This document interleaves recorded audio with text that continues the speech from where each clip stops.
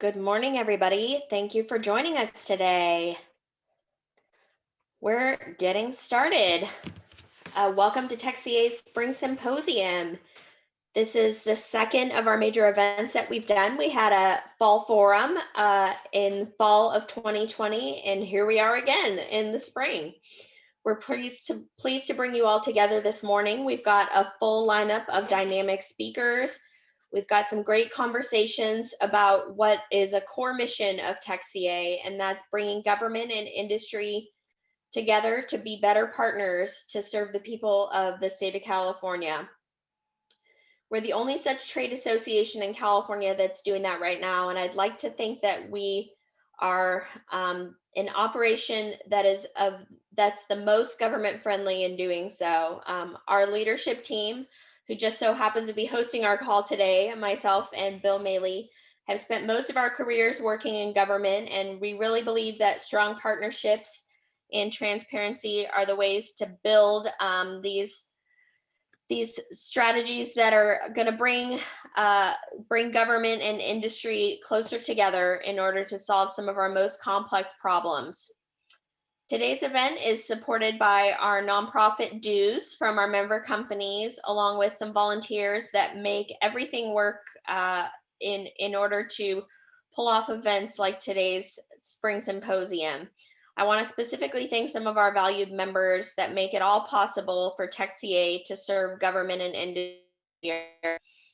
Arista, Direct Technology, ENS, HHS Technology Group, GitLab, Google, Product Ops, Payit, Encore Consulting, IBM, MCorp, Relics, Red Hat, SAP, ServiceNow, Software AG, Technology Crest, Beam, and Visionary Integration Professionals. TechCA's mission is really simple. We're here to help industry be a better partner with government in the service of the people of the state of California. And it's really at the core of everything that we do.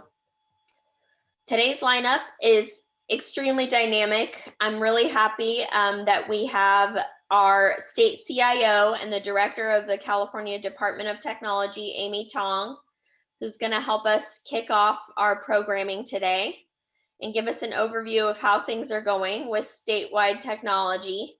We also have Rick Clow on the phone. Rick's the newly appointed State Chief Technology Innovation Officer, and Rick's going to give us an overview of his role and what he's working on.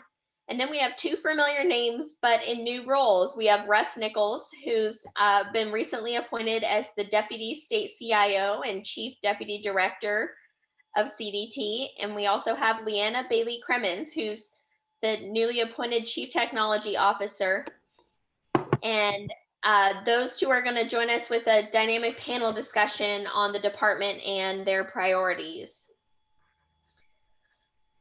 Logistically, a couple of updates. I want to ask that you use the chat to ask your questions.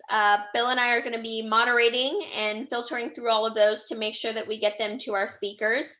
We're also recording this and we'll make it available on our website at techca.org.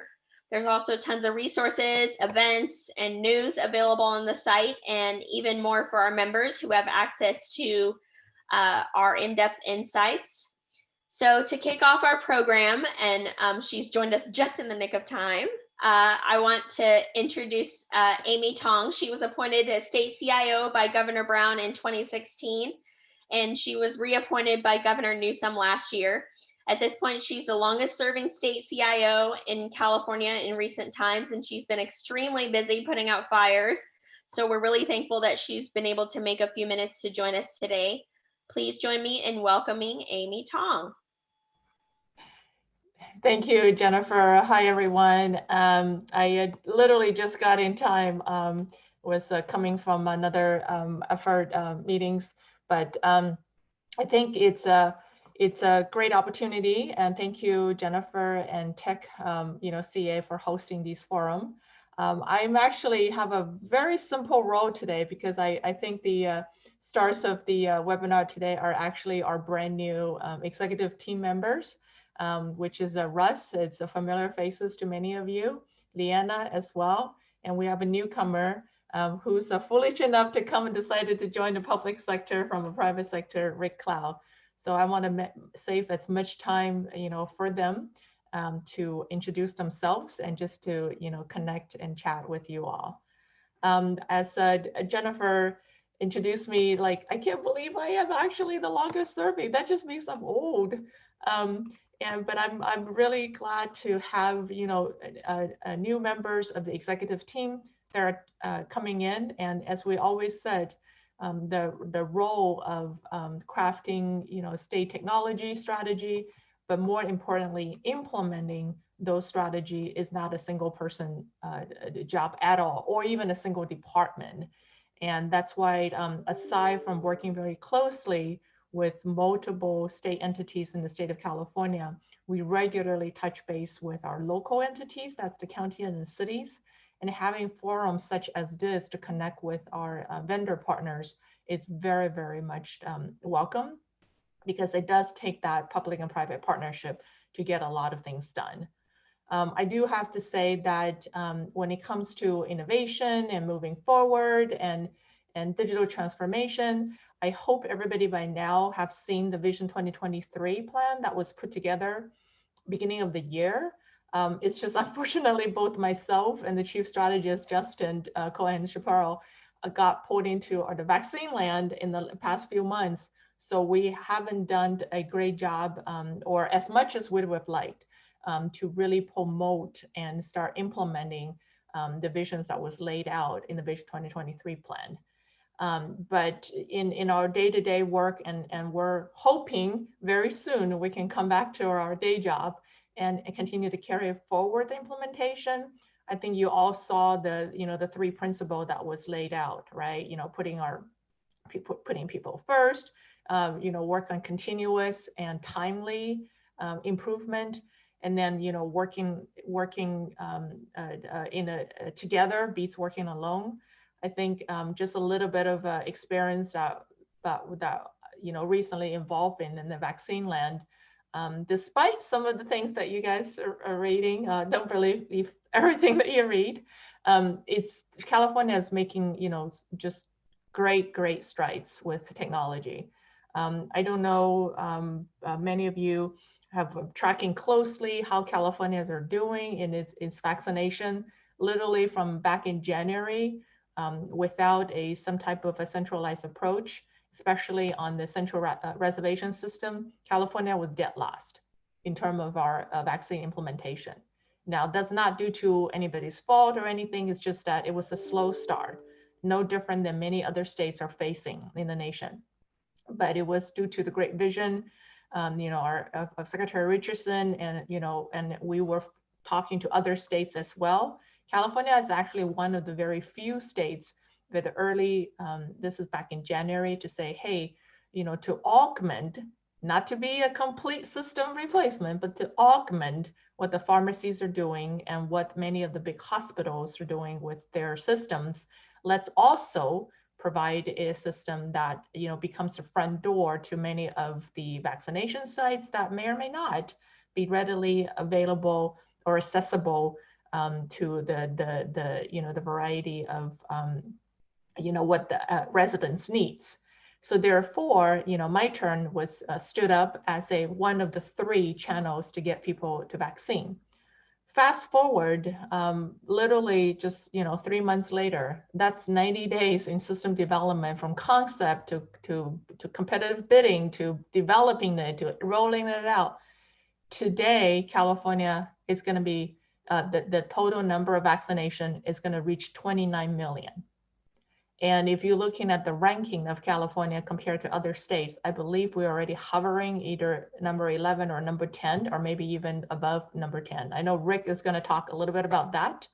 But more importantly, it's not just a system that people has a place to go to and reserve and make their vaccine appointments, but all the surrounding program and operations that comes with this digital platform. There was tons of data cleanup that Rick's have specifically involved in, to making sure that all the data that are coming in are with good quality, and in best representing where these vaccines are going, in which of the quartile that of our population are actually receiving them. And not only we provide that public transparency on what is going on, but more importantly, based on that, what type of strategic adjustment needs to take place. For example, having more focus in reaching out to the lower quartile, more supply going there, inviting more providers in that area to join, so that becomes more provides more access to the individuals. It's just, I think and that's the whole data analytic and reporting and presentation side of it. How do we work with our federal partners to making sure that the allocation that comes to California best represent the California needs? And that is a lot of the workings with the federal government. And I think that's just all coming to when we're talking about technology, there's so much around it, right? It's not a application system, it's not moving to cloud, it's all data analytics and provide transparency of what we do. What do we do with that information to support, to support decision making, strategic level. And last thing, and I see it as the most important, is the communication and outreach, the campaign that needs to take place to reach to those hard to reach community, to educate them and hearing them what are the concerns about vaccine, how do we better bring services to them. It's a 360, if you would, services. And that's where, when it comes back to the central focus point of today's conversation, it's about tech, and it's about innovation. It's about using technology and digital means as a way of delivering public service. And so I do want to just take a moment to thank many of you that are in providing these so many options of a technical services and means to the state of California. I know, speaking from personal experience, that this is a thankless job. And unfortunately, anytime that something though, technology is the first one being blamed on, something didn't go right, it's technology problem. But in reality, there's many policy and process improvement that all can be taking place. But you all have been a great partner to the state of California. I know every time I called or any of my executive member call, you always on the other end pick up the phone and always say, what can we help you with? And for that, I'm truly, truly appreciative of the strong partnership and the strong sense of, just mission to serve the residents of California. And then to the new team members who are brave enough to take on this extra responsibility and stepping up to this role, you're gonna have a great time hearing from them, because I'm just so happy and so proud of their joining the Department of Technology. And together, I know despite what challenges are ahead of us, we will continue to move forward. We will continue have the persistency and the perseverance that come with dealing with a very, very big and difficult challenge. But we are very optimistic on what is to come, because every day we are already implementing those transformation measures, and we are already practicing and building up our muscle on what it would take to transform state government. So with that, Jennifer, I'll turn it back to you. Well, thank you so much, Amy. It's been great to hear from you and to see you surface from all of the work that I know you've been buried in. I personally can attest, I've been getting texts from her at all hours of the day and night, like, hey, do you know anybody at X company? We're looking for a solution here. So I know you've been working incredibly hard and with all of your team, and honestly, all of state government, it's been a team effort, and I'm speaking on behalf of industry here. We're here to help, and we're ready to continue to take on this battle with you. So anything that we can do to be partners in this, we are excited to do so. So we'll let you get back to helping our state get back to normal, and we're all looking forward to getting there. So Amy, feel free to hang out and watch your team knock it out of the park here with their continued success. But I want to move on now and introduce Rick Clow. Rick was appointed as State Chief Technology Innovation Officer in February. Rick comes from the private sector, where he served in various positions at companies like Google, FeedBurner, Social Text, and Interface Software. He also happens to be an attorney. We won't hold it against him. Rick, welcome to state government. You've survived 2 months, so tell us how it's been so far, and maybe what you're working on and what you have planned for the continued future here. Thank you so much, Jennifer. It's really a privilege to be here with you all. I put a couple of slides together. I thought that might be a good way of both giving the audience a sense of where I came from. You mentioned a few of the companies I've spent time at. I will walk you through a little bit of that journey and then talk about what I think was the most intense job interview I've ever had in my life, courtesy of Amy Tong, which led to me joining the state a few months ago. So I'm going to go ahead and share my screen here. Hopefully this works. This is always a bit of a journey on Zoom, but let me know if you all are seeing my screen. Yep, you're good. Fantastic. All right. So let's talk about where I started. So as Jennifer mentioned, I do have a law degree, but I'm one of the good lawyers. I never practiced a day of law in my life, largely because I realized as I was graduating law school that I would not hire me as a lawyer. So it was hard to imagine that I could convince anyone else to hire me as a lawyer. I was much more interested in technology. In law school, I started the first law review in the world that published only online.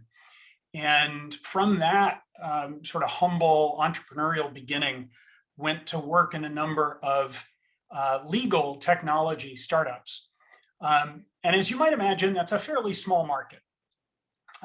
Lawyers don't like spending money on technology because that's less money into their pockets. And I eventually realized that my aspirations were much more than selling tech to law firms.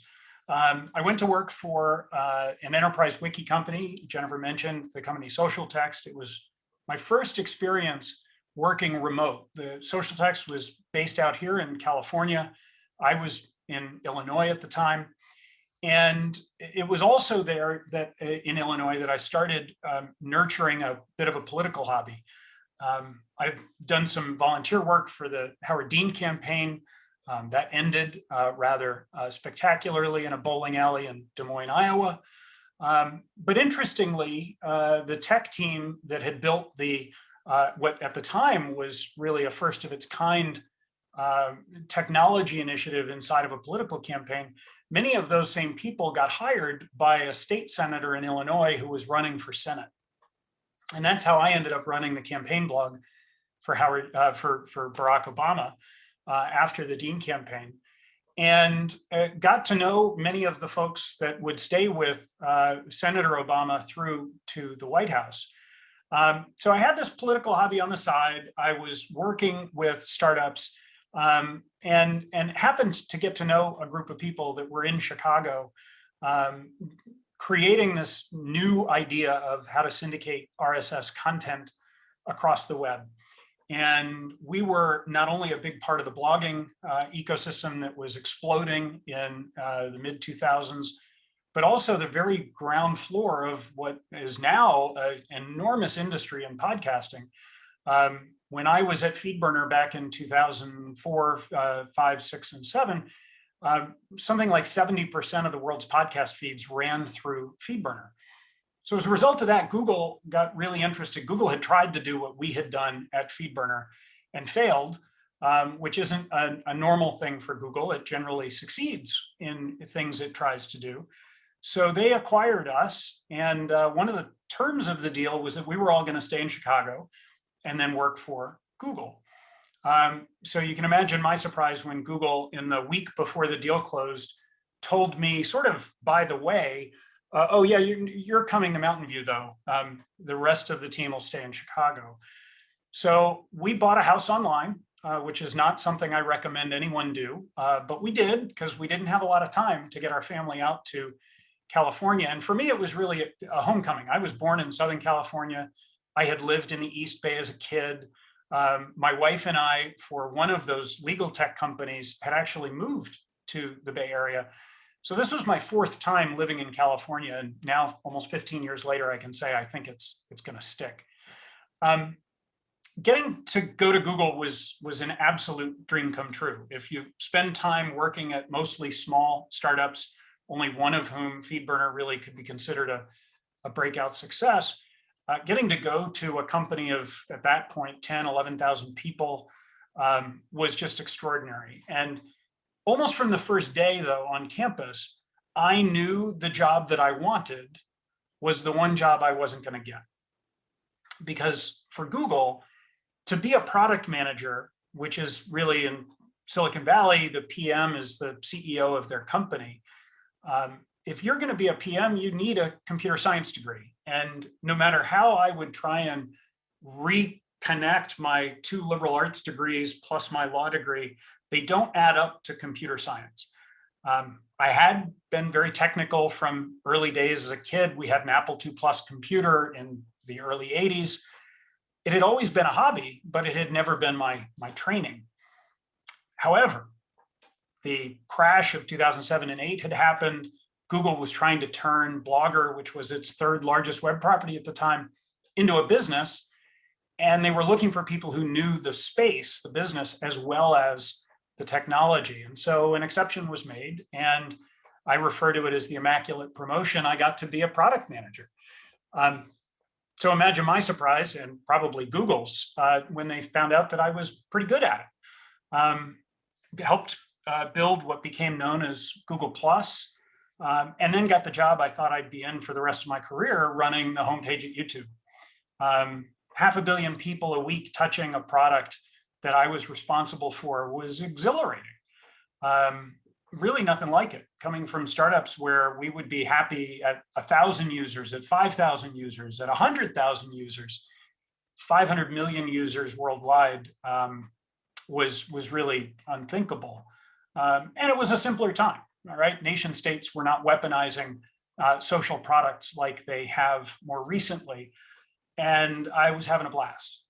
However, the guy that had hired me to run Blogger, by that point, had just started Google Ventures, which was this new initiative at Google to invest, at the time was tens of millions of dollars, is now billions of dollars in what would become hundreds of the country's most exciting startups.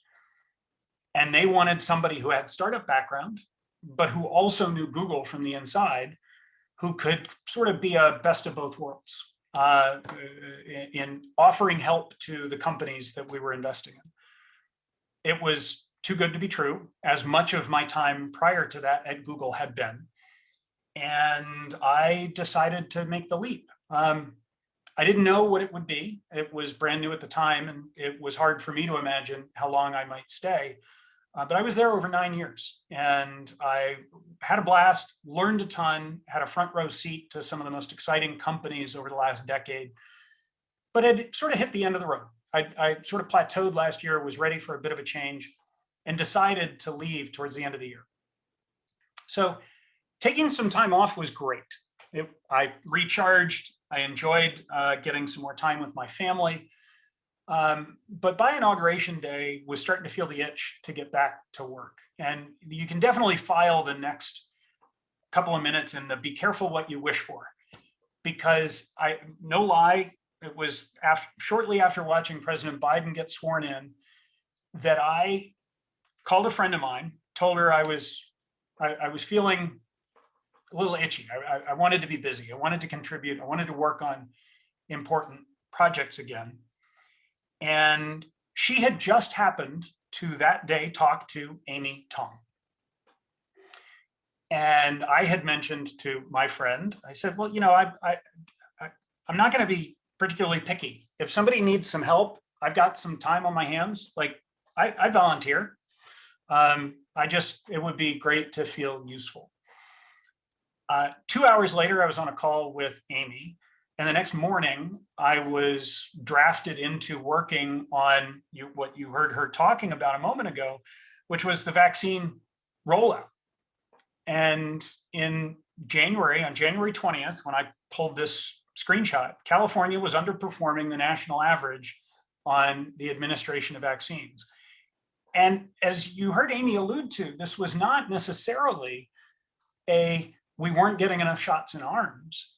It was often the complexities of the systems from which we were getting the data from providers was a challenge to then assemble, clean, and serve up to the CDC that data. So it was as much a technology and complexity issue as it was potentially, we didn't really know at the time, whether a reality of how many doses were going in arms. So I pulled that same chart this morning, and this is extraordinary. That call out is the January 20th moment. Fast forward to today, where California has now significantly outperformed on total doses administered. And when you look at this in the context of what percentage of vaccine eligible population have had at least a dose, you heard Amy talk about, we're top 10 in the country. It's really, it's extraordinary. So when I am asked by friends, both continuing to stick around at Google and in other companies, or friends here in my neighborhood, what's it like? I've just watched this extraordinary pace of execution, informed in part by tech that was built by and with teams across CDT, CDPH, and some outside help as well, to reach extraordinary scale in a nearly unthinkably short period of time. So I got to see that firsthand. And when Amy said, like, yeah, you're volunteering, but you want to stick around, we could use some help.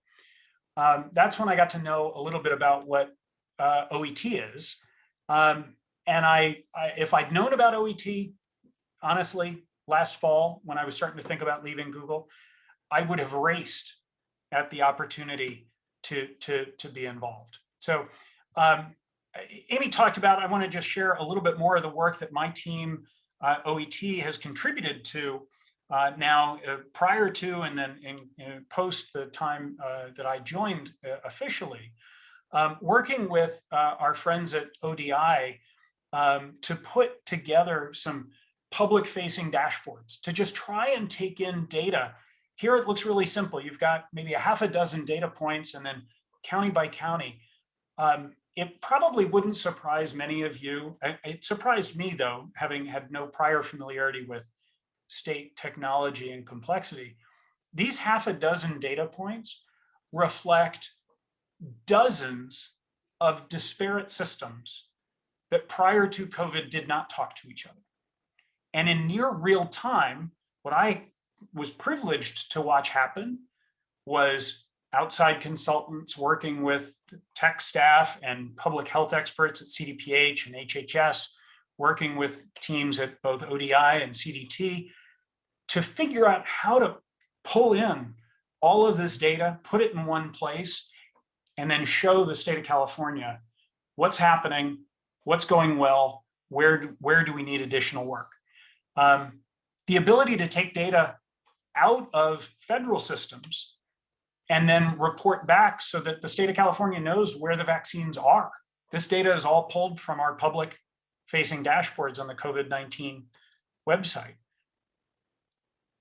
I'll skip to one of the last points I'll make about observations, but the fact that equity has been almost the first word spoken in nearly every one of the conversations that I get to be a part of. Here you get to see, what does the rollout look like when looking at vaccinated Californians? And when can we make decisions from a policy point of view to improve the equitable distribution of, in this case, vaccines? And you can see movement. That blue line is HPI-1, the Healthy Places Index, which indicates the most at risk or the least healthy quartile of locations in the state of California. And you can see progress made over time to ensure that the most at-risk Californians were the beneficiaries of decisions made about where doses could go to ensure that they got access, and ultimately narrowing that gap of the healthiest Californians versus the most at-risk populations. Watching that gap get narrowed over time, I won't lie, was exhilarating. So a little bit about the team. I am privileged to serve and guide at CDT. It's known as the Office of Enterprise Technology. We are invited, we are empowered to work across the entire state of California. Agencies and departments, if they're looking at delivering services or they do deliver services and want to improve them, we get to help them design and develop sort of the next generation of that delivery. We then help launch products so that they can get out to whether it's other agencies or constituents, residents, and then hand them off, right? We want to be in the business of launching these things out to the world and then making sure that they can be reliably and sustainably owned and operated by these departments and agencies.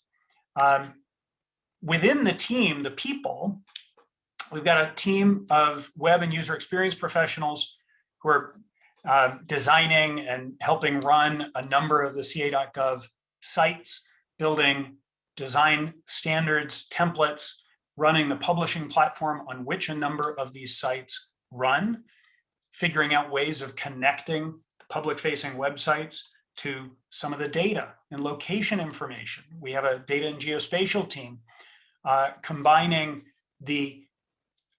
not only the ingestion of data, but the cleaning of it, which is often quite challenging. Thankfully, they've got vendors who are enabling some of that cleaning and assembling or coalescing. Much of it is location driven. So whether it's zip codes, whether it's county boundaries, then being able to ingest and augment and then visualize that data is a really critical part of that experience so people can see how that data connects to where they live, where they work, et cetera. And then the product and engineering team who take the benefit of all that work that's done in the web and user experience teams, the data and geospatial teams, to build, ship, and hand off those products so that the departments and agencies across California that we work with get to take and run them going forward. So I won't talk to all of these, but these are some of the sites we've either built or contributed to, working with a number of agencies and initiatives over time. As I mentioned earlier, once I learned the breadth of the things that OET has already worked on and has the benefit of getting access to and the ability to help improve, it's astounding. I spent the first couple of weeks in my job after getting appointed in February, just talking to the folks who work at OET. And one of the consistent through lines that I heard again and again and again was that the thing that keeps them so excited about being part of OET is the fact that, generally speaking, if there's an important thing that Governor Newsom is talking about or an initiative that is critically important to Californians, there's a really good chance we've either already helped work on it, we are working on it, or the phone's going to ring tomorrow asking for us to build something, stand something up, improve it. And the fact that we get invited into those conversations and get to help improve how these things are being built and shipped is just, it's an amazing, I've used the word privilege a lot, but it's the best word I can think of to be able to do what we do. So before bringing Jennifer back into the discussion to hopefully surface up some Q&A, I assume there's some coming in on the chat, but I would love to answer questions. One of in being invited to talk to you all today, I was asked to share some of the thoughts about what it's like coming from the private sector to the public sector. And you can't see it sitting over my shoulder, but I've got a Matrix movie poster on my wall. It's one of my favorite movies. And I've actually thought about this one scene in The Matrix a lot, that, early on when Neo's in the Matrix and he's just figuring out how to dodge all the stuff that's coming at him.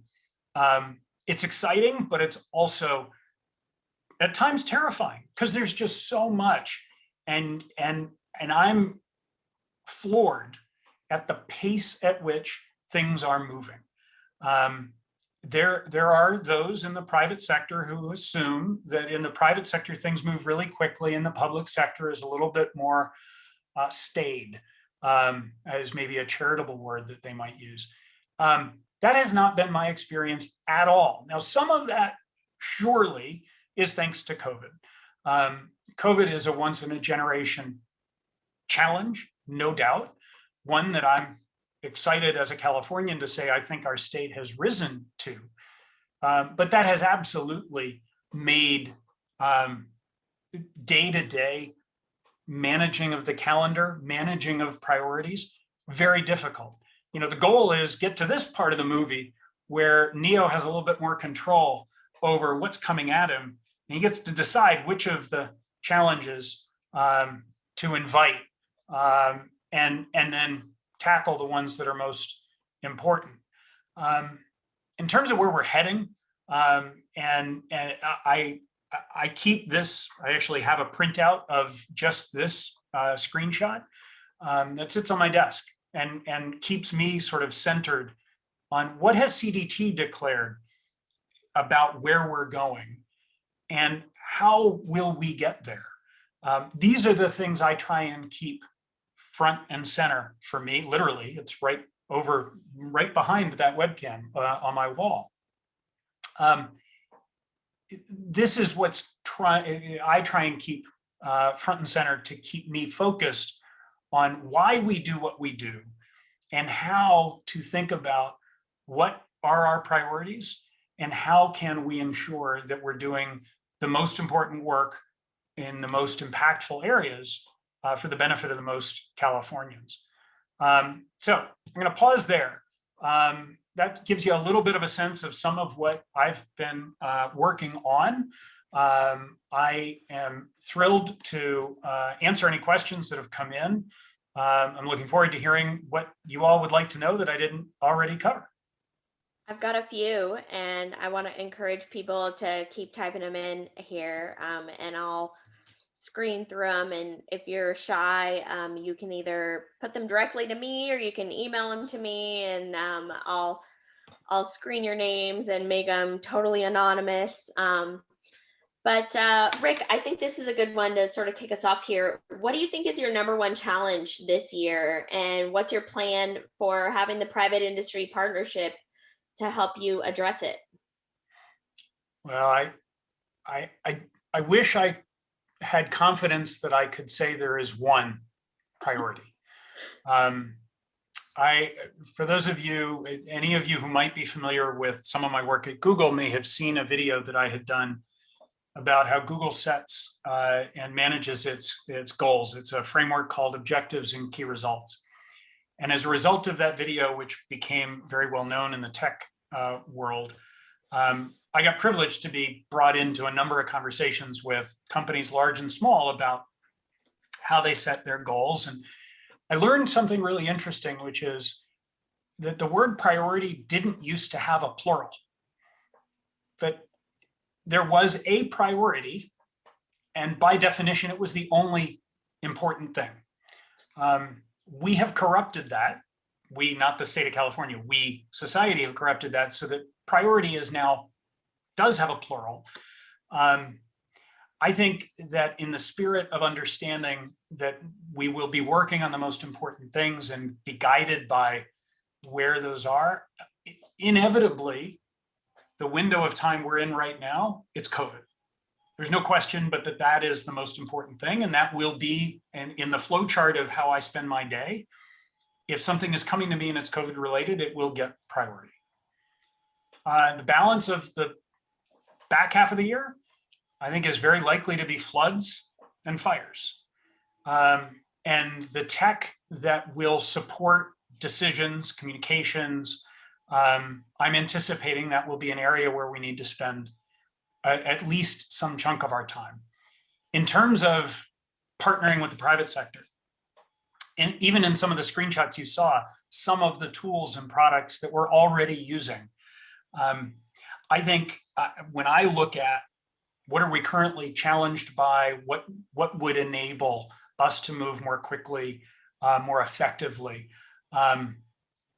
working with and wrangling the data at the highest level is an enormous challenge. You've got systems that aren't designed to talk to each other, and often need to be ingested and analyzed as if they were part of one system. So I think it's tools that support that work, but it's also going to be people. I am going to be hiring on my team in the very near future a number of senior positions. We've got a few retirements coming up. We've got a few folks moving to different roles. And I'm looking for that marriage of both the tool, but also the people who think about the processes that we can put in place to scalably and repeatably use those. So it's a bit of a longer answer than I think you might have expected, but it's how I'm thinking about where the opportunity is. And I haven't had much time on my calendar over the last month and a half, 2 months that I've been ramping up. But my expectation is that as I hopefully turn a corner on COVID, that will give me some more time to start being a little bit more anticipatory as we look ahead towards those challenges coming down the pike, and talk with some of the vendors and partners who can help make those solutions more scalable. So I'm going to kind of try to combine a couple questions that have come in about evaluation of and engagement on emerging tech. How do you envision sort of changing the process and finding key partnerships with vendors in the RFP process and the evaluation process to sort of be more inclusive of these emerging technologies on the front end? And like the RFP process and the whole procurement front end process is probably something that's completely foreign to you and coming into state government, and an area that you probably see as sort of ripe for having a new look at. So can you maybe give us some reflections in that area? Sure. I mean, let me start with an advertisement. CDT is hiring a chief procurement officer presently. So if there are folks that should be aware of that job that may not be, let's make sure to get as many eyes on that as possible. I actually have a little bit of familiarity here only because I very nearly went to work for President Obama a number of years ago. And for family reasons, it didn't make sense to move my kids across country when they were in the final years of high school, and made a very hard decision not to. But the team I would have joined would have been directly responsible for much of the federal procurement when it comes to technology purchases. So I got to know a bunch of the folks through that process many years ago, several of whom have remained good friends, who have kept telling me again and again that the key to really unlocking all of this value that exists presently in tools that have been built and do exist and are available today is in streamlining and making procurement easier, more effective. I'm a startup guy by background, so of course I'm particularly excited about anybody that has a purpose-built solution to a known modern challenge. That speaks my language. So no, have I gone through the procurement cradle to grave process on a new project yet? No, I've only been here a couple of months, and have some awareness of the opportunity here. I think the short answer to your question, I know our needs are going to be great, and I always think from a sort of first principles, what's the alignment of incentives? How do we get to the customer, in this case, my team and my peers at CDT and across state government, who have big problems they need to solve. How do we connect them with the companies who absolutely can solve them and not make it onerous, right? I remember coaching one of the startups in my portfolio several years ago, and I got to know the person at a very large Fortune 50 company who was responsible for making it easier for startups to work with their company. And that guy was bragging to me that he had managed to reduce the master services agreement from the 300-page behemoth that it had been to 90 pages.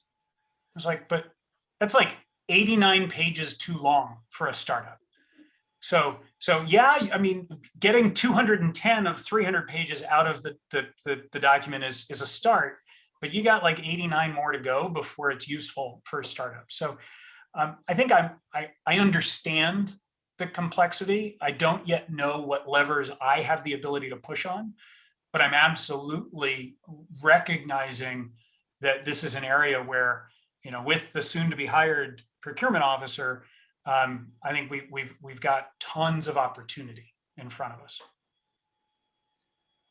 So I'm going to throw one out there at you. I mean, considering your office is the Office of Enterprise Technology, there's been a long debate between centralization and decentralization. I think there's more work to be done here in the balance here in California, and I kind of want to get your take on it. In fact, there's legislation right now moving that TechCA is monitoring and weighing in on. That would require CDT to see all projects and all purchases in the state of California and examine those for opportunities to centralize and have enterprise systems and purchases. From your perspectives, coming as an outsider and looking in, I know it's probably a little puzzling, like you come into a state government and we have, 30 different licensing systems across state government, or one state government. Like, why do we do that? What are some of your, I mean, considering you run the Office of Enterprise Technology at the Department of Technology, what are some of your sort of observations and sort of outlook on this concept of centralization and enterprise purchasing as opposed to sort of decentralization, let them do as they will kind of thing? So I think I'm smart enough to know that if there are long discussions and current legislation, that the first answer has to be, I don't know nearly enough to weigh in on those specifics. And I'm not trying to open a too much of a can of worms here, and we'll caveat that with like, this is all off the record. No one's taking anything you're saying and printing it in anything. But just kind of interested in your take on this and like things that we as a state government could be doing better and ways that we as a vendor community could be assisting in these efforts. Yeah, I mean, I'll say this. I was interviewed by a journalist a couple of weeks ago who threw at me the, why can't state government be more like Google, was the sort of the trope. And I've heard that or some variation of that a lot. But I'll tell you, you take somebody like Facebook, who's famous for saying move fast and break things. Like, one of the ways that Facebook iterates so quickly is that they're okay if something goes wrong, if they break something.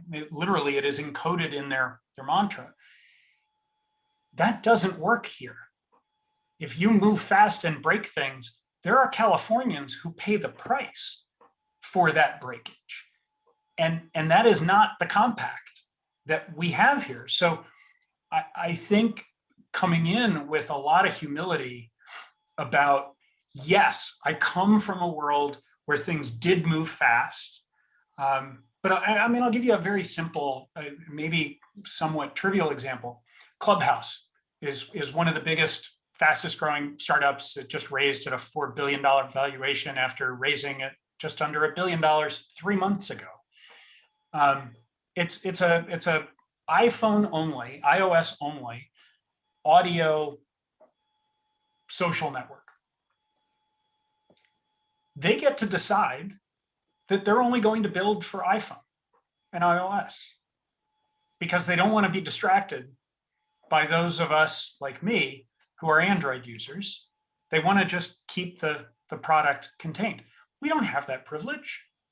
We have to meet Californians where they are.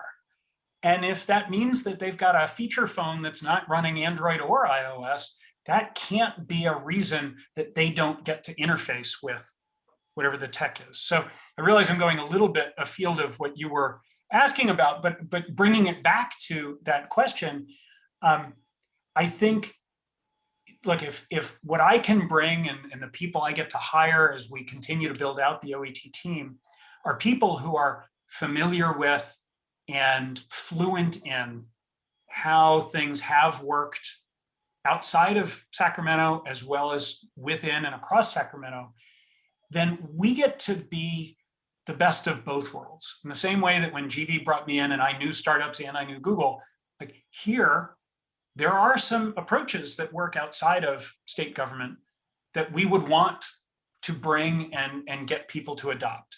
Let's not launch the 8-year-long software project. Let's be agile. Let's iterate. Let's learn what's working and double down on those successes. But I also think we have to understand that the delivery of government service is not the building of a consumer app that gets to pick and choose which platforms it supports. Like, it's just fundamentally different. So that said, like what you're describing specifically on the legislation piece, like that sounds like something I need to be ramped up on. And I've already taken a note that it's a little bit of homework I'll take away from this discussion. Biggest surprises, positive and negative, in joining the state of California? I mean, I think a positive was an anticipated negative. So I had a lot of people who, when I started telling them what I was thinking about doing, warned me, oh, there will be organ rejection. You'll hear, that's not how we do things. You'll hear, well, let me tell you why things are the way they are. The number of conversations, even just in the last week or two, that have started with a, Rick, if you've got a thought, or if you think there's a way that this could be better, like, all ears.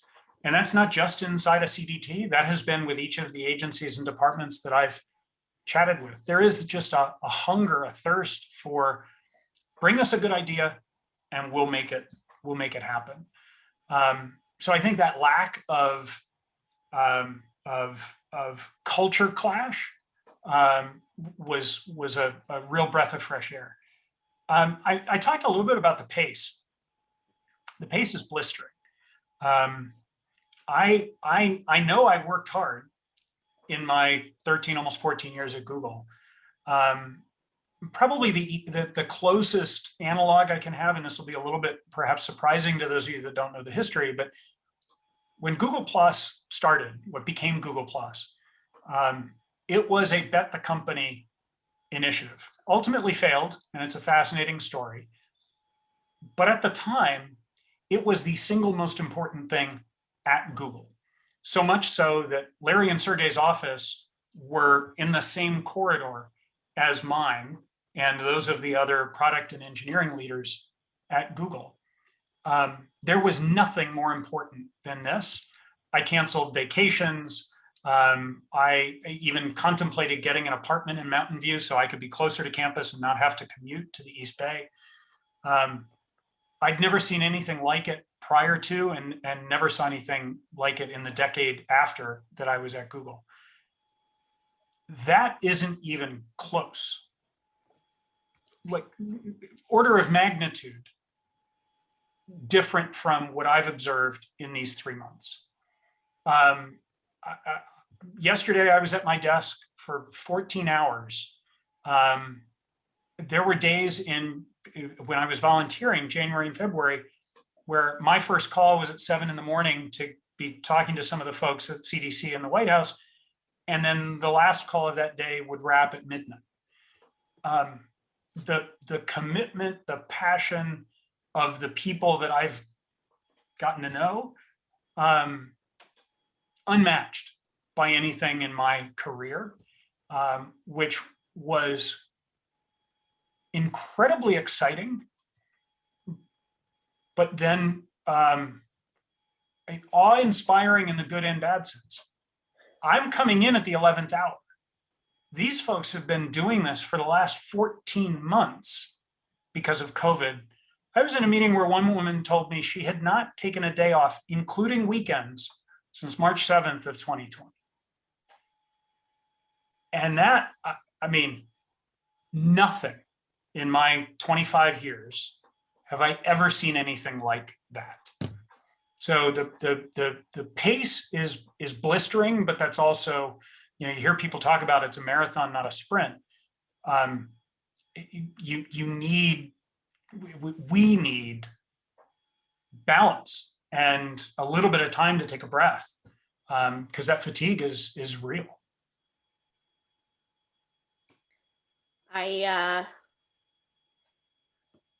I agree. I think that's probably one of the things that people forget is it's just like, what is the fire of the day? And you go from emergency to emergency in government, and there's always something. Like, as soon as you guys feel like COVID is under control, something else is going to be demanding your attention and is going to be requiring those 14, 15-hour days. So you're right, incredibly difficult work and incredibly underpaid, might I mention. So a plug for pay raises for government employees. So well, I'll be the first to admit, yes, as someone who has come from private sector comp to public sector comp, that I expected and anticipated, but it's very real. well, thank you for making that sacrifice, for sure. Yeah, and we know it was like, you don't do it unless you really are willing to make that sacrifice, and we appreciate it because it's the way that we get great minds like yours working in government. Okay, I think we are coming up to the top of the hour. So with that, thank you, Rick, for sort of having an awesome introduction to industry. We are really looking forward to engaging with you more during your time with the state of California. And anything that you ever need, I can assure you, industry is here to help you in your mission, and we all stand ready to help you and your team. I can tell you, Manveer on your team is awesome. You have a rock star there, and he's great. And so I want to thank you. You should, and you're welcome to stick around and listen to Leanna and to Russ, our fearless leaders here. And so thanks so much, Rick. We really appreciate your time today.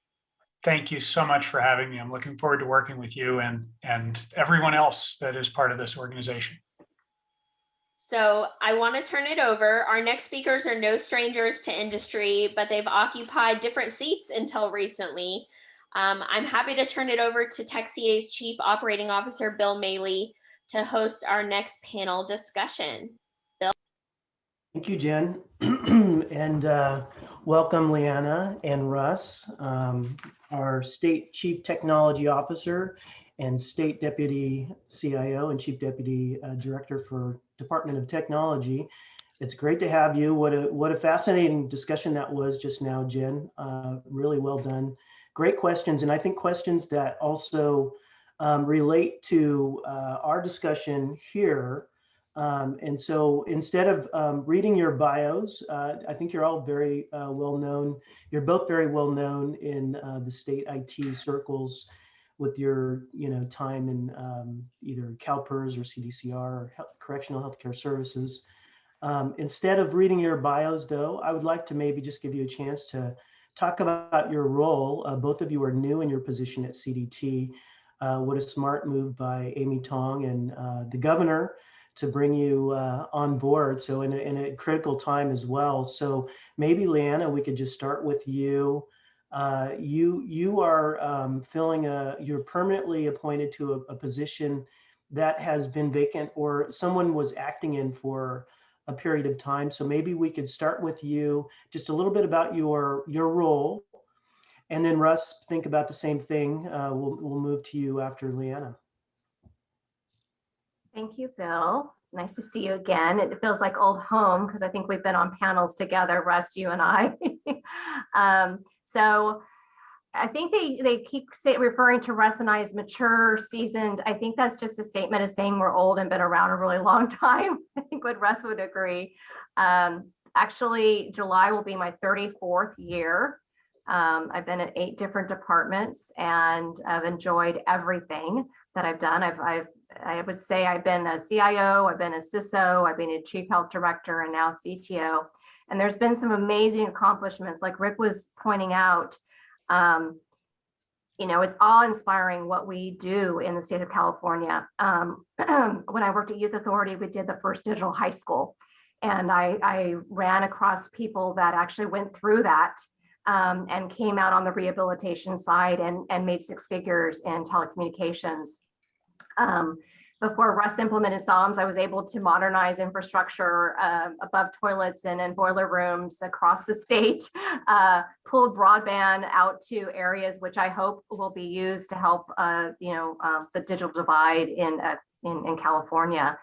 And then when I worked at correctional healthcare, many of you know that we were moving medical files around in golf carts and grocery carts from appointment to appointment, and working for Clark Kelso and Elaine Bush, we were able to digitize that and modernize. I think we actually scanned 2 Eiffel Towers worth of paper to put back into the medical records. So amazing. I mean, we do amazing things, and I think state workers don't always get the appreciation they deserve. So it was an honor to be interviewed and be selected for this position. There's two aspects of it. Obviously, from an OTech perspective, aligning with the Vision 2023. My vision for OTech specifically is innovation with purpose. We serve the residents of California, and we have a higher calling. It's in my prior roles, I focused on my department, right? My department business goals, my mission.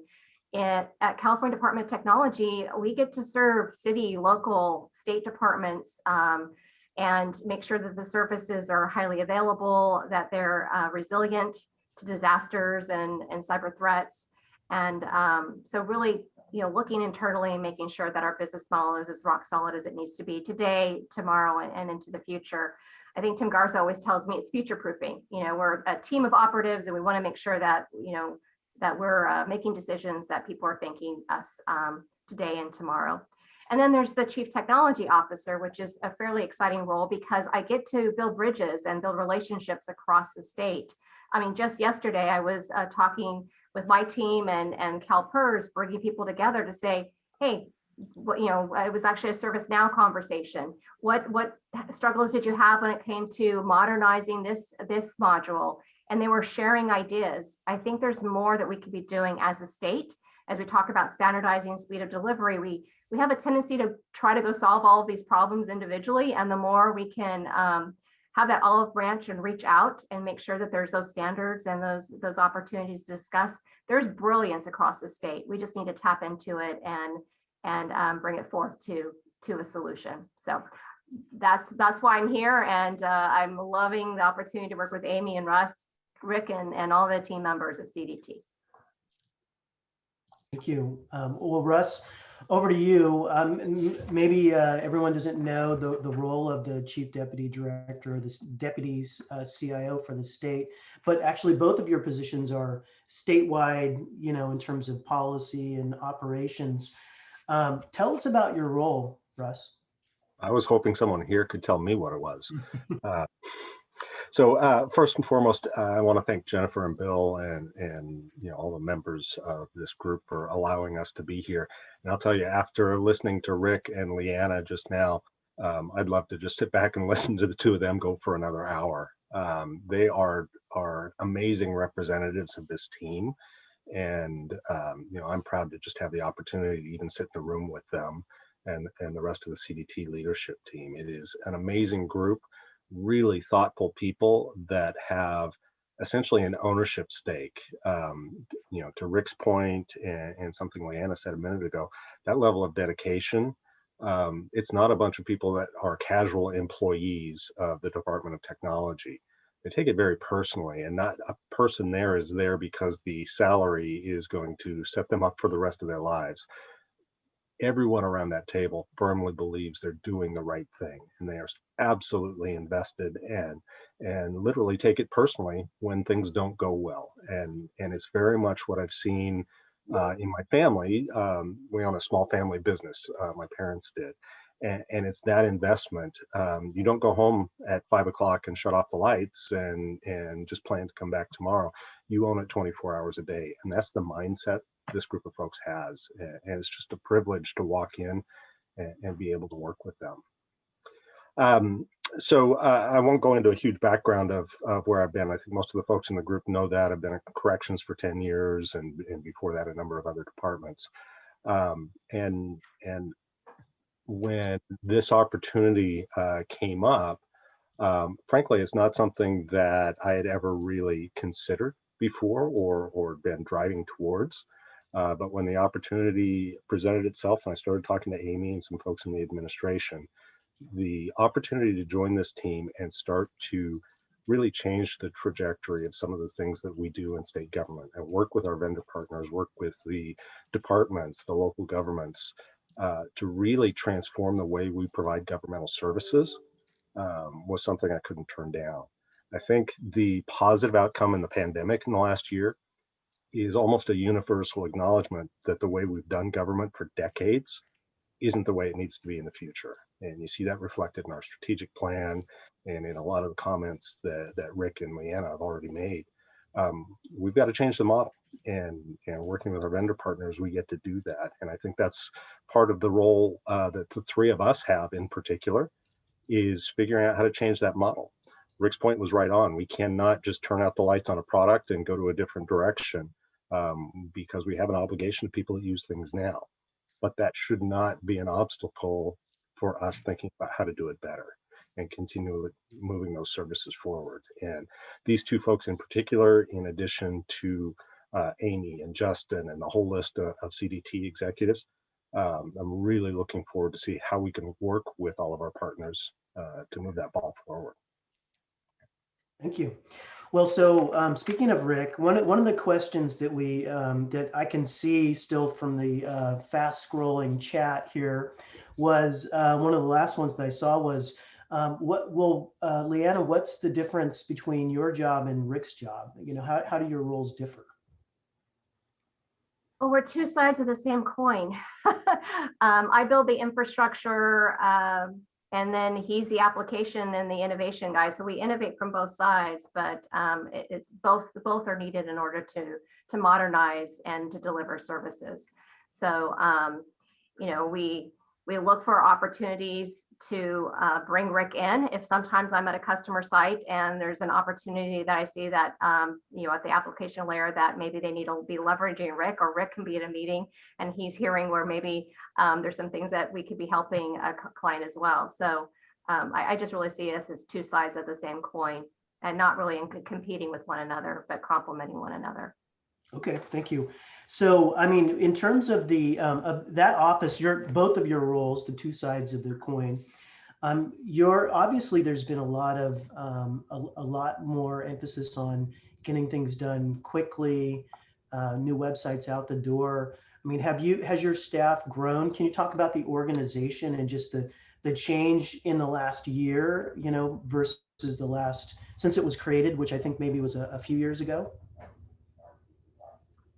Well, I've been in the seat for 2 months, but I will do my best in answering that question.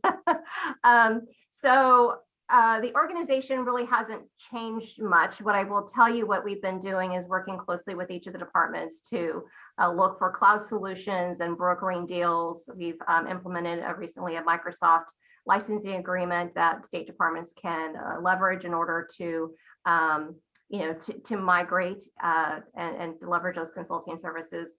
I would say that what we need to be doing moving forward, because that's really, I mean, it's nice to know where we're history, is to make sure that as we look at the goals, the vision, we look at speed of delivery. So we need the private and public partnerships in order to make sure that when someone comes to us with a stabilization issue or a modernization issue, we can quickly pull out from our service catalog a service that can meet the need, and also do it in a way that doesn't take 5 years in order to implement. We are an advisor. We make sure that whatever solution is secure. So any traffic going out to the cloud goes through us, so we can make sure that we're protecting the state as a whole. Also, in addition to the planning, we are aligning a business plan objective, OTech business plan to the vision statement. We plan to be launching that here soon. So we actually have objectives, performance measures, initiatives that we'll actually be working that will push us towards that vision. And then the standardization, as we talk about, I think what happens is we have a flavor of every ice cream in the bucket right now. We're everything to everyone. So is there opportunities when you have that level of complexity? It's difficult to standardize and be the preferred delivery of speed when it comes to offering services. So is there standardization we can be providing to the state, guidance? So even if they're using a different use case from another, there's standard practices and best settings and business rules that they could be leveraging in order to make sure that there's some type of standardization. So when Rick comes in and tries to pull all that together, that he's not trying to pull in disparate systems, because that's very difficult when it comes to data. And then the team, we want to make sure we're organized in a way that right now we're very specialized. And so as we look at the speed of delivery and standardization, we want to make sure there's team excellence, they're trained, and that they're more generalist, that they can look at problems from all angles. And it's not just you only have firewall people that know firewalls, but really looking at bringing that to a higher level in order to move the needle when it comes to delivering state services. Okay, excellent. Well, so you just made me think of a question about sort of building on what Rick was talking about, recruiting. Are there positions for non-technologists in your organization? Like, are you trying to get, I don't know, change management or designers, not like the actual engineering side of the house? Well, I know maybe Russ could actually talk to that. CDT is more, even though we're in the technology department of technology, we're in the business of delivering technology. So Russ, maybe you want to discuss the other opportunities. I know Rick's going to be hiring. I'm going to be hiring in the next 12 months. I have a lot of technical and non-technical staff that are going to be retiring. So maybe Russ, you could kind of lay out kind of the different units that are under Department of Technology. Sure, and I don't want to bore everybody by running through the org chart and how many bodies are where, but maybe let me step back half a step. One of the challenges that Leanna has is figuring out in the two roles she defined as the chief of the data center of OTech, and then as our CTO, kind of two complementary roles that are combined together. But what are we going to be in the future? So we've got the great big building with big iron sitting in the middle of it, and a bunch of services we provide today. But what does it need to be in 6 months or 18 months or 36 months or even 10 years out in the future? And so she's working with her executive team to help envision and define that now. And it is different than what we've been. And tuning towards that new business model is a big piece of what she'll do. And so whether it's staff that actually sit at the data center or people in Rick's team that collaborate with her or some of our other groups, as the Department of Technology, absolutely. We're not trying to be just engineers and technologists, but we want to move into being in more of a leadership role in technology. Where are we going? How can we help get there? And maybe to tie back to something you asked Rick or Jennifer asked Rick in centralizing services, what are the things that are of value to bring together and collaborate across departments so we're not repeating the same effort? And part of that line is, what is the intellectual property that's important to a department versus something that really, separation or standardization makes sense, or lack of separation and standardization? Do we really need 25 different help desk products? That's really not core to the success of a specific department. but how we manage water in the state. You know, that is something that we don't want to try to centralize. There's really one organization that deals with that, or emergency services dispatching, or public safety. Those pieces, absolutely, that's why those departments are defined. Their intellectual capital should be in their systems, but we don't need to repeat over and over again the same thing and essentially burn our human capital doing things that could be done once and get that economy of scale.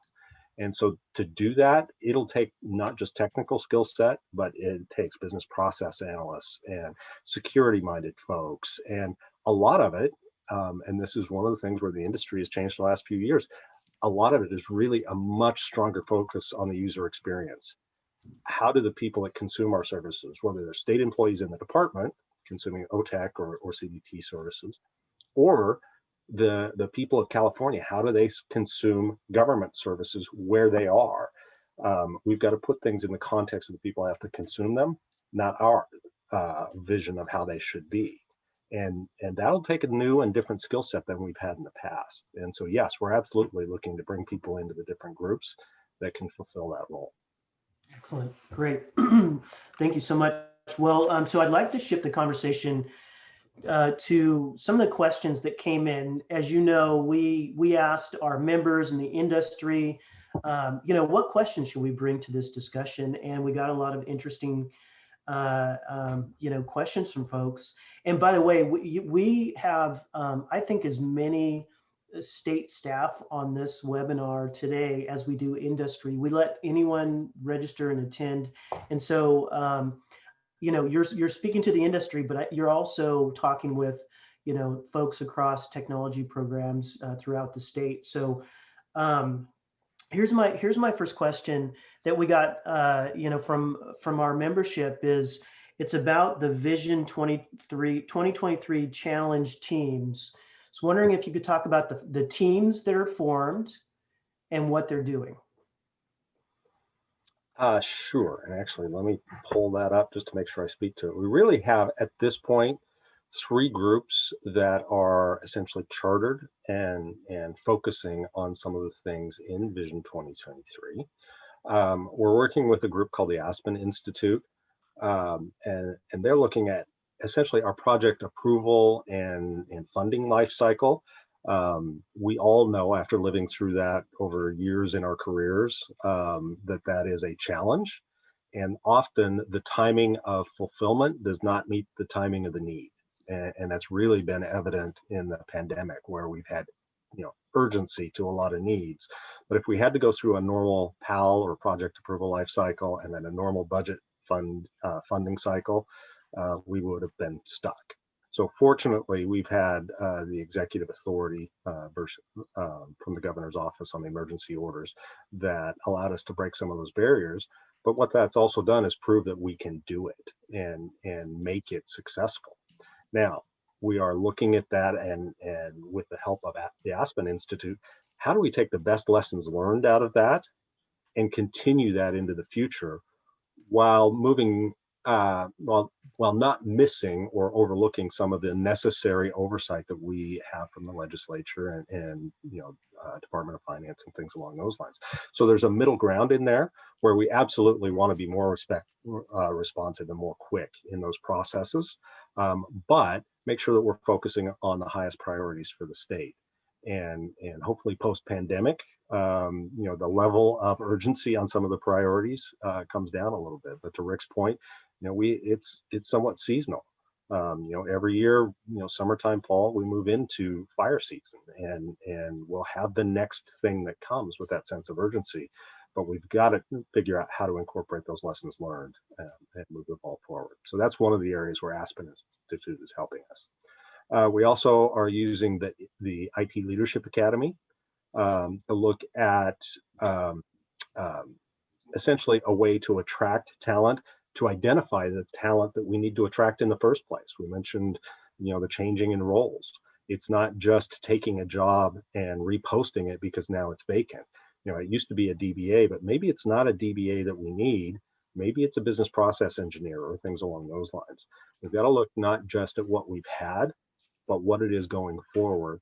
And that creates some opportunities in partnering with educational institutions, with our vendor partners, with local government, with other departments. How do we leverage the people and the processes that we have, and figure out not only where we have strong cohorts, but where are we weaker? Where do we need to fill those gaps and tune some of those things? So that's where the ITLA class is going to help us. And then we've also got our enterprise architects around the state that are coming together and helping. Sorry about that. Business goes on even when we're in other meetings. They're helping to look at essentially business and IT strategic planning and solutions planning and things along those lines. Again, how do we use the appropriate tools? How do we not get a bunch of one-offs? How do we figure out where that line is to standardize or to collaborate versus an organization really needs the ability to go into their specific requirements for the things they do, and how to bring those things together as puzzle pieces that interlock, not as independent silos. And so we do have those three efforts going. We'll be looking at, with the urgency of the pandemic coming down, ramping up in other areas that we identified in that plan, and look forward to the next couple of years of really changing the way we can deliver service. Excellent. Thank you. So you mentioned, Russ, in the first team that's being formed, you mentioned the PAL process. Mm-hmm. I'd like to drill down just a little bit on that, because Sure. I watched Justin's presentation of the Vision 2023 when he did it with the vendor community months back, and it sounded like there was a question about the PAL process, like it could change or it might be modified or evolve. Can you talk about that? So that's literally one of the things we're asking Aspen Institute to recommend us. How would they improve that? Just as a statement of fact, that approval process should always be under evaluation. What can be done better? It does get complicated when we have to integrate with funding processes. But the whole intent with PAL and before that the FSR, essentially project approval, is to reduce risk for the state. What we really want to do is change the focus, not only to reduce risk, but to make sure we're addressing needs when they exist, not after the fact, and bring the stakeholders from the legislature, from the other groups in, and expedite that process, solve the right problem at the right time. But not everything has to be a 10-year, $10 bajillion project. How can we change the approach and take the corners off, but still build the puzzle where the pieces do fit together? And so absolutely, we're looking at PAL. We're looking at different funding mechanisms based on PAL, and to a huge extent brainstorming with our partners. And for folks in this group, if there are suggestions, I absolutely would love to hear that. How can we use that process to get to better answers, not to have that perceived as just a bureaucratic process of getting to know? Even back to the old FSR days, the intent of those documents was to understand what we're trying to do and why, and get to a good answer, or the best answer that we could in solving that question. And I think a lot of the temperature, the tenor in the conversation that's changed is we're trying to be less prescriptive, and that's where the challenge-based procurements come in. How do we come back and say this is the problem, not necessarily exactly how it has to be solved? And we've taken steps in that direction with PAL, but we can definitely move that needle farther. And we think there's a lot of value in doing that. So yes, PAL is being evaluated to see how we can improve that going forward. Awesome. Well, so there's a term that I've heard recently a couple of times that I think is related to this discussion. The term is rip and replace. Not to do that, I think. I've heard Amy say it and Justin say it. Can you expand on the thinking there? What's happening with that? Well, I'll give the same disclaimer that Rick and Leanna gave. After my 6.5, 7 weeks in the seat, I may not be the complete expert on this, but the general tenor is that we don't want to. You're not going to take huge systems like we have that support a DMV, an EDD, these huge systems, state payroll systems. You don't turn it off on Friday and turn a new one on Monday and hope all goes well. It just can't be done. They are huge, huge systems. but we can start to essentially take small sets of functionality and move those forward and show that incremental process, and learn from those lessons. And it does not even have to be, the huge ERP system, but to be engineered. How do those things really work together? So it's just a different, from an engineering side, a different mechanism of designing those solutions. But from the business process side, how do we look at those services differently? Are they really one and the same? Our state payroll system that we've operated for decades has a lot of functionality just because it had to be built that way. At the time it was built, they didn't have any choice. Now we can actually separate that into component parts that then via APIs communicate with each other, and we can still have unified state government, even though it's operated in different chunks effectively. And so that's what we're trying to get to, those type of things. Okay, thank you. Okay, so next question. This is for both of you. When is the state getting rid of desk phones? And this could this be a statewide initiative? Short answer is, could it be? Yes. But it's one of those questions that I'm not sure that has to be a state mandate. So as we've been teleworking, we've demonstrated that people can communicate using tools like we're using today. We do realize there's a significant cost savings. I don't need this capability and a cell phone and a desk phone, and so we are evaluating that. As we move forward, the state is working on a new telework policy that will address some of that. We're changing, the administration wants to continue to have people teleworking. And so we are looking at mechanisms to do that with, soft phone technology, and to a large extent, just reevaluating what are the jobs and what type of connectivity do we actually need. And so department by department or role by role within those departments, it might be different.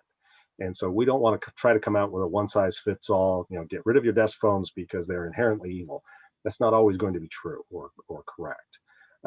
So we're not going to come out with anything that strong, but absolutely, we're looking at technologies that will allow us to do that and allow departmental folks to figure out what works best for their scenario. There will still be, I come from the corrections side of the house. I think everybody knows that. Wired phones are part of the health and safety operation in the organization. It's actually part of the alarm system. If you knock a receiver off of a physical phone and it's off for a certain period of time, that sounds an alarm and you have aid coming to you. We surely don't want to take them out of that type of scenario and say, well, now you can, talk to people over your computer. That's not the role that fulfills. So I use that almost as a silly example of the organizations will have to look at it independently and figure out how best to do that. But absolutely, there is a move to reduce cost in phone lines, in physical space, in just cutting down some of the things that we've always taken for granted as normal that are really no longer necessary. And we've proven that because we've had to in the last 12 months. Great. Anything to add, Leanna? Well, I have been meeting with AIOs and CIOs, and they do want to get out of the hardware business, supporting VoIP. And obviously, we're all working remotely. It makes sense to be able to, leverage a soft phone and use Teams. It saves money, it's more effective. So we are definitely evaluating that and obviously going to be sharing our analysis back to the community of IT executives so they can make good decisions on behalf of themselves. Okay, excellent. Thank you. So next question, it's sort of a three-part question. It's related to predictive analytics. It's sort of technical, so I'll let you off the hook if you don't have immediate sort of answers here. But so the first part is, what are some of the back-end challenges agencies are seeing, perhaps in this COVID era or just otherwise, with data migration efforts? And how might that relate to any initiatives you have related to predictive analytics? So one, I know that Rick is still out there. I might invite him back into this because I think he's got, in the last couple of months, an immense amount of experience doing this. He mentioned, in this COVID process, one of the big challenges is all of these disparate systems that we've had over time that have fulfilled their purpose. They were built for a purpose, they've done it well. But in this type of a pandemic, we realized that you have to be able to combine information from these systems that were engineered completely independently. But how do you bring that data together and put together dashboards or formulate the story, or really use that data to do the predictive analytics? You know, where do we need to have our vaccination clinics? How do we staff those? You know, things along those lines. Rick, I don't know if you've got some good examples to speak to there on the challenges, but I think that is front and center, probably the best example that we have right now. Yeah, I mean, the one that immediately comes to mind is what seems like a very simple question to answer. How many doses of the COVID vaccine did we administer yesterday? And I thought in January, naively, well, why don't we just ask CDPH? And CDPH sort of chuckled and said, well, okay, let's look at, we don't have one immunization registry, we have three. And the three don't talk to each other because they are distinct entities. And there are corner cases that turn out to be rounded corners that are really rounded, like someone that lives on the border of two counties, where those two counties report to different immunization registries. So they might get dose 1 in one county and dose 2 in another. And because they are not uniquely identified with a common key across those two systems, there is no way to reconcile at the top level how those two are actually attributed to the same person. Now, there's a whole bunch of deduplication that goes on that is happening at the California level, where all three are reporting up. And then we have to report that to the CDC. And then the CDC makes available in a data lake running on Palantir all of that data that is also coming in from pharmacies directly, so not through our systems, and then trying to disaggregate to run analysis across requires an unbelievable amount of reinterpretation and guesswork, because none of the providers exist in one common system. There is no central repository in which all of this information is uniquely keyed and attributed. So the goal of precision is nice, but what you're often working with is best efforts to get to a best case scenario. And to Russ's point, the immunization registry itself, pre-COVID, was designed as an optional repository of vaccination events.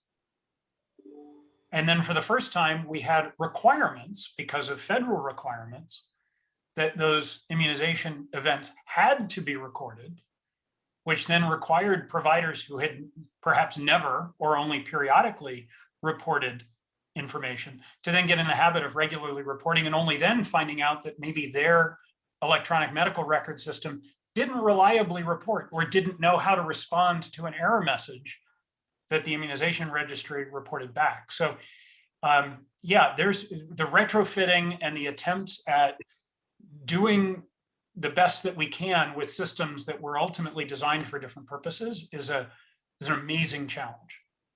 Wow, great. And I would add, Bill, to that as well. So behavior analytics, security, right? Artificial intelligence, we need as much artificial intelligence to defend against the nation states that are using artificial intelligence and against us. So I think there is definitely that piece. Obviously in the healthcare realm, we are looking at prescriptive medicine, where artificial intelligence can actually detect an image on an X-ray faster than the human being can and be more accurate. So there are definitely opportunities that we could be utilizing artificial intelligence with across the state. I will say, in addition to what Rick was saying, most of what Russ and I have experience in is within a department. So when we look at utilizing predictive analytics, some of the things that we were finding, and I would hope that any vendor watching or any state person watching, is governance around data. So a lot of times what we were finding is you need data stewards that understand the business area. When we did CalPERS, there were 100 disparate systems, And the definition of retiree was different across each of those systems. So who's governing, who's defining? So as you're transitioning or modernizing a system, that the end state is going to be as effective as the individual system. So I would just make sure that, and the other thing I'm big about is modernize the process, because if it was built 15 years ago, I am sure that the business has figured out workarounds of how to deal with that data. So make sure you're looking at that and then decide how you govern and how you decide the solution. It's not an easy task, but it can be done. And so I just want to make sure, data quality, we always have to look at cost versus value. But as we're embarking in past the 21st century, we've really got to look at how do we utilize this predictive analytics. It's about using our historical data to make good business decisions in the future. And at CDT, we're primed because we're not only looking at our own department, but we're also looking across other departments. So there's a lot that Rick, Russ, and I and others can be doing to help the state move forward. Thank you. And as it relates to predictive analytics and even into AI, there are a bunch of other things that we have to deal with. One of them being privacy.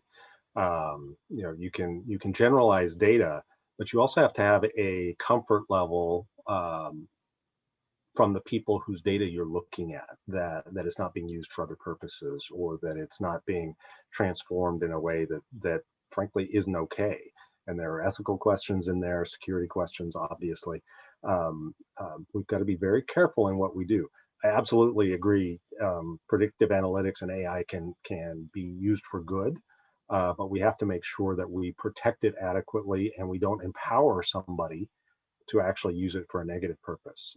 Somebody that breaks in essentially the government systems and can then manipulate or use that data for some other purpose. We have to build a public confidence that we as government are not doing that. And that just takes time and demonstration and small steps moving forward. There's a huge amount of power there, but it's power we have to be careful with the application. And I surely, don't want machines yet making some of the decisions when people should be making those decisions from a much more humanistic. Machine can make a recommendation, but again, that's just something we have to demonstrate and move into carefully over time. So Rick just rejoined us just in time for my follow-up question, and it was the third part to what I sought to ask you earlier. Is so data analytics tools require a lot of skills, highly skilled practitioners. Is there a lack of qualified candidates in the state, and are you recruiting for talent? I love the setup to talk about hiring, because yes, we have a number of open positions in the data analytics and geospatial team. Specifically with the intention of doing more of what we've been doing recently. I think to the question you asked about a lack of sufficient pipeline, I don't know that I know enough to speak to that specifically yet. What I've been exposed to suggests that there's quite a bit of talent currently in state government and other roles.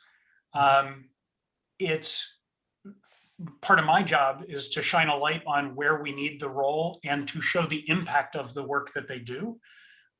Because if anything, I want to make it obvious that you're going to be in a very impactful role.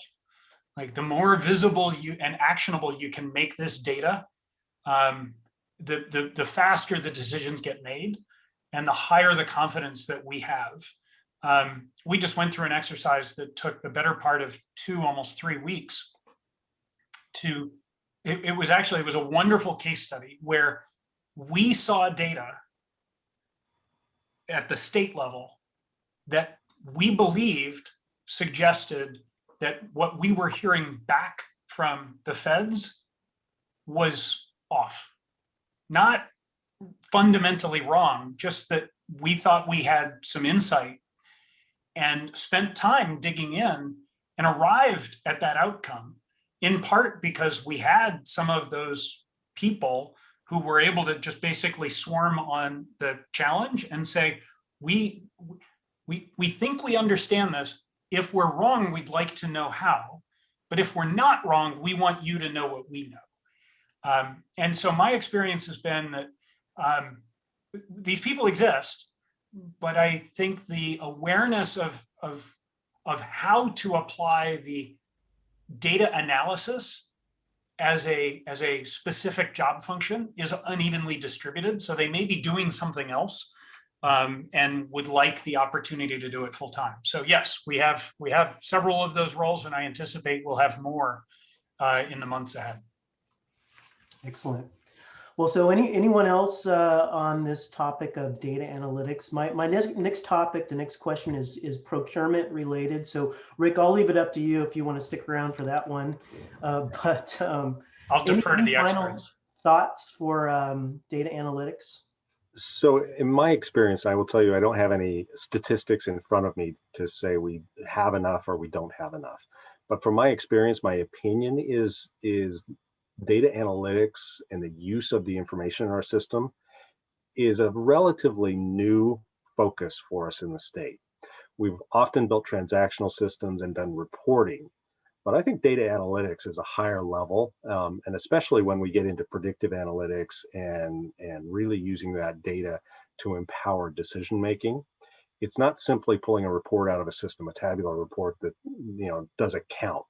But how do you interpret that data? And that is a skill set that I think is maturing quite a bit in the state and in the industry in general. The tools now enable things that 5 years ago we didn't know how to do, or 10 years ago. And while we do have amazing people that do that, I absolutely believe that's one of the growth industries in state government. That's some of the value. We have immense amounts of data.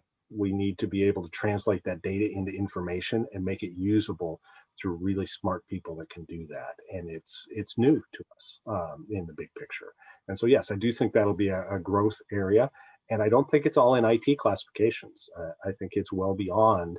And as we mature our state services overall, our business units will be more and more focused on that ability to analyze the feedback or the information that they get about whatever line of business it is, and how to make decisions and improve from that. Thank you. And Bill, I would just add, one of the things that we've done really well at CDT is partner with universities. So I think that's another opportunity to really partner with them so that they know that that's a demand in the future, as Russ was saying, and making sure that they are building the data scientists of tomorrow that want to serve the public. So I think that that's very viable. And I would have to also commend the vendor partners that are on this call. When they do sell us the tools, they make sure that there's training. They're always there to answer any questions. So it doesn't feel like it's just a sell and run. I always feel like we have the partnership so that if we have issues with any of the analytic tools, they're there to make sure we're successful utilizing them. Great. Well, thank you for that. So this has been a great discussion on data analytics. Now I want to shift to procurement, sort of the lightning round. I know we've got about 15 minutes or so before the top of the hour. So as I mentioned before, we went out to our industry partners and members and asked them for questions and feedback. And, we have our discussions about various topics. And one of the things that rose to the top of the list was the challenge procurements. So the RFI squared, however you want to refer to those. I know there have been procurements at DMV and CAL FIRE and other places. And I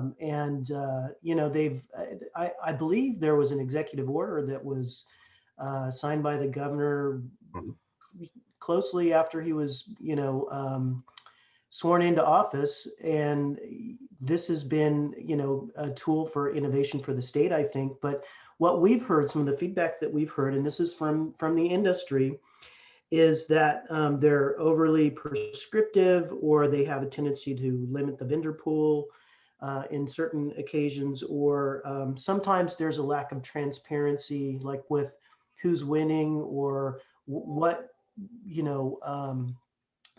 were the factors in award or something like that. So I'd like to just get your general reaction.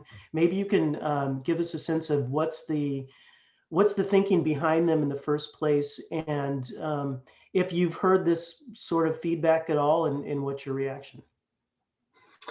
Have we heard the feedback? Yes.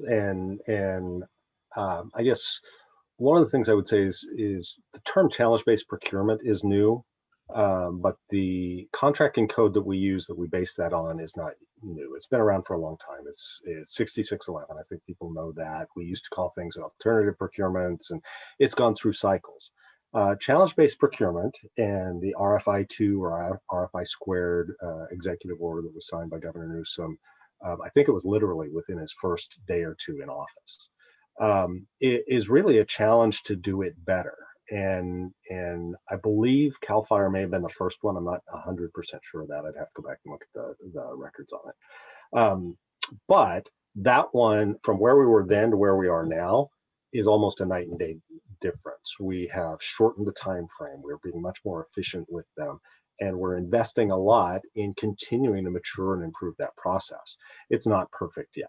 And part of what we're trying to change is the culture as we, as the procurement people trying to acquire things. You know, we've got years and years of experience in writing a 3-ring binder full of, you know, nth level detail on a requirement, and changing that culture to say, here's the problem, bring me a solution, is a hard thing for people. So have some of the requirements been too prescriptive? I suspect strongly, absolutely, yes. And you know, it's based on the fact that we have people that are good at their jobs and have done it one way for years, and we're asking them to change almost religions in the way they do it. And so it will get better over time. We do absolutely want that feedback. And when we have our new state procurement official, that person will be charged with actually continuing that process, finding a way to pull this information and this feedback in and work with our stakeholder groups to make that process better. The whole intent is that we get to good solutions quickly, but it is open procurement. It is transparent. There shouldn't be anything, you know, behind the ball or behind the wall that people can't see. We're not setting those up to get to specific companies or platforms or anything along those lines. You know, there might be some instances where it has to be a platform because of integration with something else, but those things should be said very clearly, and how those procurements are operated. You know, it's not anything that should be secret, and so we absolutely encourage folks to give us that feedback, and we'll work with, for example, Jennifer, to collect information, or you as well, Bill, for the members for this organization. If there are flaws there, or if you're seeing things that don't make sense, absolutely raise those questions, and we'd be happy to address them. Okay, excellent. Leanna, any final thoughts on that? No, I think Russ covered it. I mean, I think I've been on the other receiving end. So Russ and I, the nice thing, what we bring is we've been at other departments and the challenges, and we bring that insight to help improve the inside of CDT and the procurement process. Because I agree with Russ, we shouldn't be so prescriptive. And in fact, a lot of times when we saw project failures, it was because we thought we knew what we needed, and then the vendor delivered it, and then it really didn't meet the needs. And so, you know, this is definitely an opportunity to actually have speed of delivery, innovative with the vendors, because, you know, I know we do RFIs and we try to get information, but we only know what we know. And I think we need to leverage the vendor partners much more.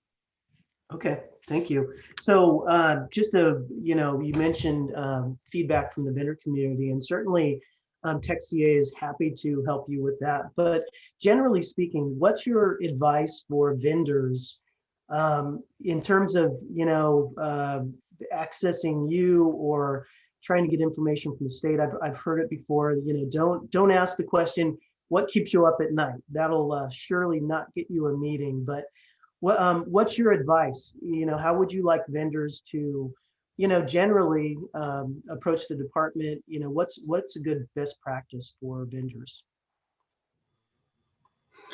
So we're actually asking that same question of ourselves. CDT is so broad, from you know, what Rick's group does with almost incubator type services to do things quick start, to the OTEC folks, and then maybe at the other extreme, some of our oversight or control agency processes.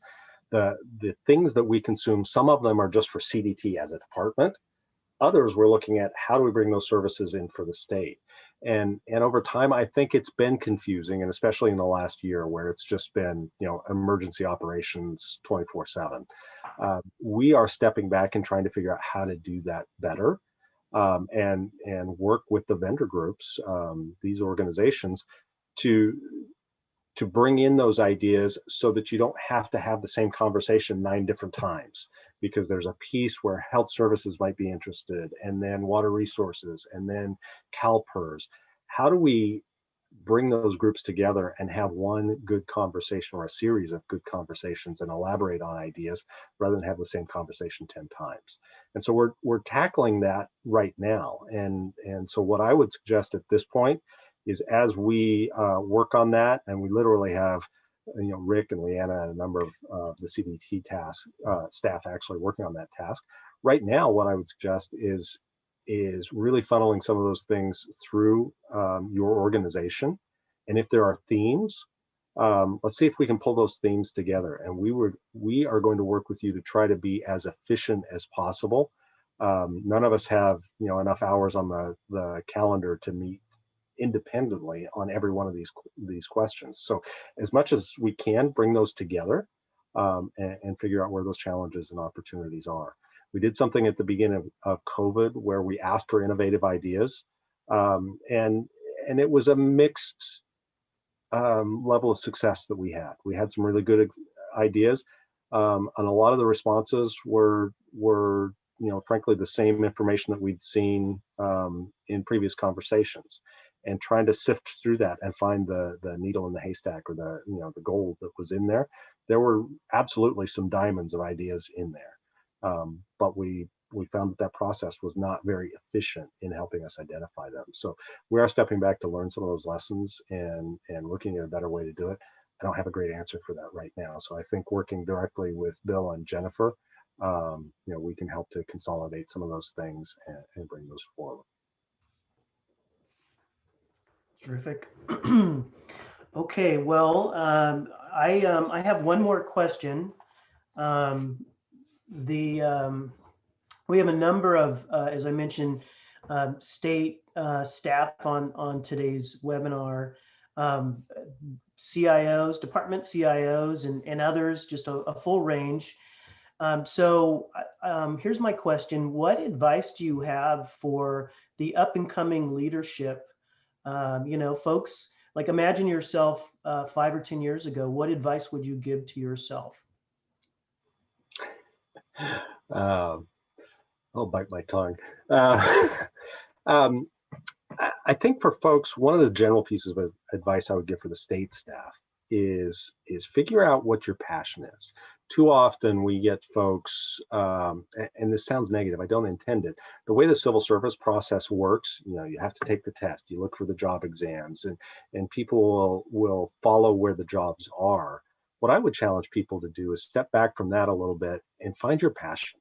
If you have a personal investment in environmental things, we've got departments that focus on those, from water resources to CAL FIRE, emergency services, CHP, CAL FIRE, OES. What are the things where you get satisfiers beyond just what's in the duty statement, or the salary? We talked about that a little bit. State salaries they're not meeting private industry salaries. And for folks that are really, I think, successful, it's because they've engaged in that mission and they have a personal connection to it, whether it's healthcare or anything else. And so I strongly suggest to folks that they actually step back and what are those things that are really important to them as a person down deep in their gut, and then find a department where you can bring that passion to the job. And when those two things line up, you can do amazing things. And out of doing amazing things, your career takes off. And that's my personal belief. Some people approach it differently and map out the position levels they want to have. But my experience is if you've got that fire in your belly and you can find out how to connect that to the job that the department needs done, that's where the magic happens. Excellent. Leanna, last word from you. Well, actually, I was just speaking at ITLA before this call, so I did give them some advice, and part of my advice is obviously have a mindset of yes, and what that means is we all have more work than hours in the day, and I would say a busy person is a busy person, and so when you get tapped on the shoulder and said, "Would you lead this project?" Even though you are overwhelmed and already have a lot of already work a lot of on your plate, I would just say lead with yes, because the reason I'm where I'm at is because I said yes to individuals that wanted me to lead their projects, and I was able to deliver positive outcomes. And it really just continued to show that I was an individual of action and that I could deliver. That wouldn't have happened if I wouldn't have thought about that opportunity. And the other thing, and I'm gonna steal it from Paul Benedetto because he talked about it and I resonated with it too, is make relationships. Like Tech California, make them early. Sometimes we get caught up in the relationships of just the people we know. When you have conferences, go talk to people that you haven't talked to with before. Volunteer to be on panels that you haven't, so cross-pollinating across departments. I think it's important that you have the relationships, that you have the yes mindset. And remember, the last thing is just remember your journey is not a ladder. It is a windy road. So it's not promotion after promotion after promotion. As you heard from Russ, myself, and Rick, sometimes you took a lateral in order to progress. And so sometimes you follow the leader, not the job. So I think just be open to that, and the rest will take care of itself. Excellent. Thank you so much. Thank you both for a fascinating discussion. It's just been an honor to talk with you today. And so thank you. Jen, back to you. I know we're almost out of time here. Yep, almost out of time. So a quick thank you to all of our speakers, to all of our member companies that help support this. I just want to flag a couple things.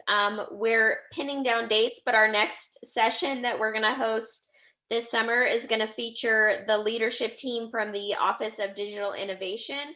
And so we're looking forward to that. Stay tuned to the TechCA website for dates and registration opportunities for that one. Thank you everyone for participating today. It's been a real awesome discussion with all of you, and you've got our commitment to continuing this partnership and to continuing to have TechCA serve as your herder of cats for the vendor community. We're happy to do it, and we're happy to continue the partnership with CDT and the vendor community. So thanks so much, everyone. Have a great day.